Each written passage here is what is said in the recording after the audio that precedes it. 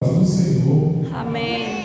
Boa noite, meus irmãos. Boa noite, Pai do Quem Senhor. aqui está feliz com Jesus? Glória a Deus.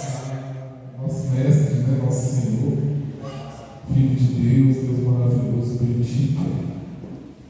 A passagem se encontra em Mateus, capítulo 22, versículo 15. Mateus, capítulo 22, 15. Amém. Vamos lá, diz assim a palavra de Deus. Então os fariseus saíram e começaram a planejar um meio de enredá-lo em suas próprias palavras.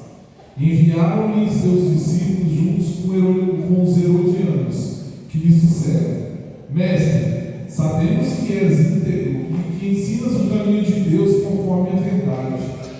Tu não te deixas influenciar por ninguém, porque não te prendes à aparência dos homens. Diz-nos, pois, qual é a tua opinião? É certo pagar um imposto a César ou não? Mas Jesus, percebendo a má intenção deles, perguntou: Hipócritas, por que vocês estão me pondo à prova? Mostrem-me a moeda usada para pagar o imposto.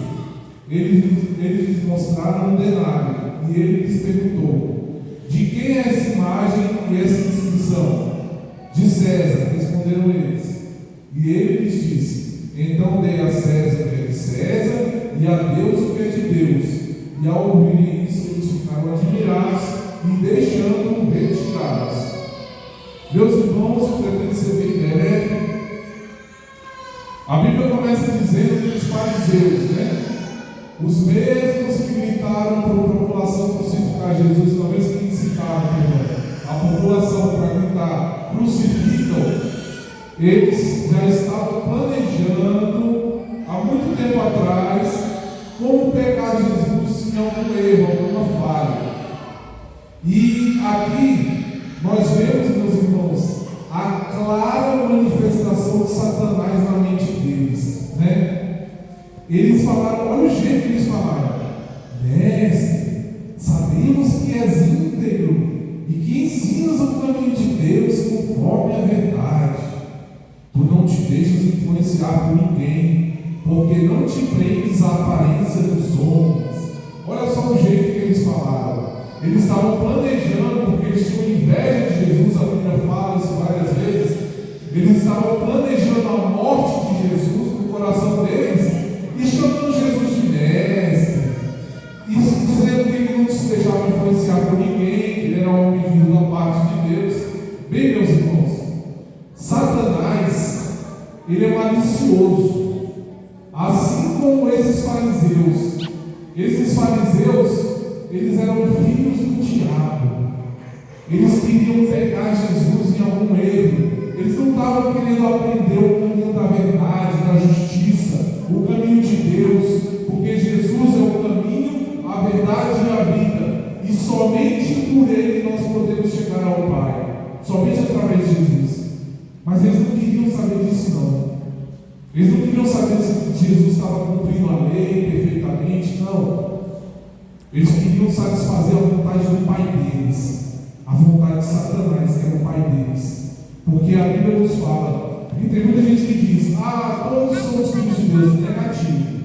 Filho de Deus é quem faz a vontade de Deus. Quem faz a vontade do diabo é o filho do diabo.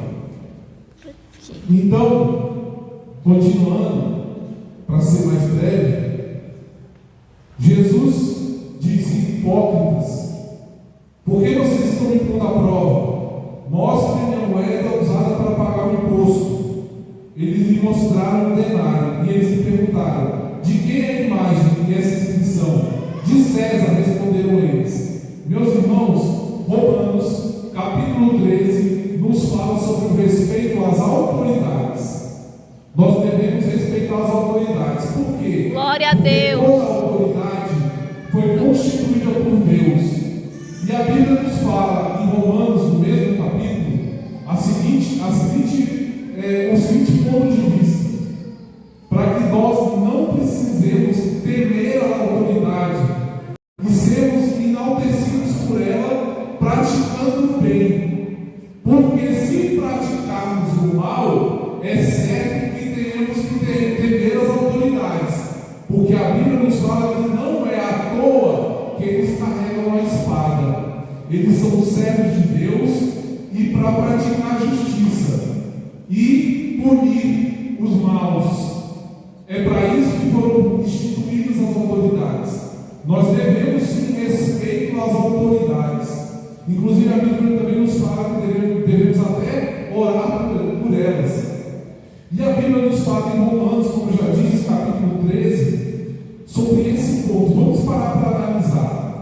Se as autoridades terrenas nós devemos ter respeito, quanto mais a Deus.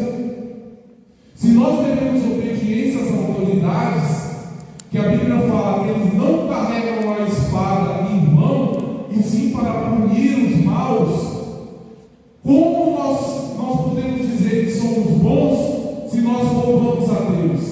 Se nós não damos dízimos e ofertas? É verdade, Jesus. Como nós podemos dizer que nós estamos em paz com Deus se nós estamos roubando a casa de Deus, a obra de Deus?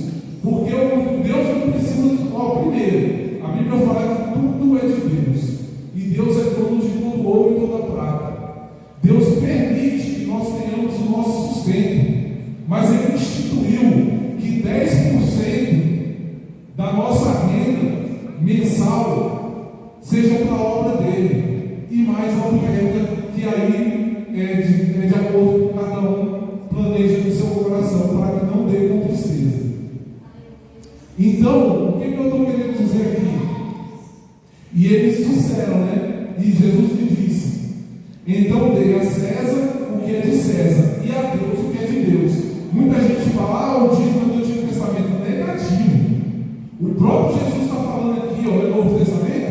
Jesus está falando, meu amigo, dê a Deus o que é de Deus, dê a Deus o dízimo, dê a Deus as ofertas.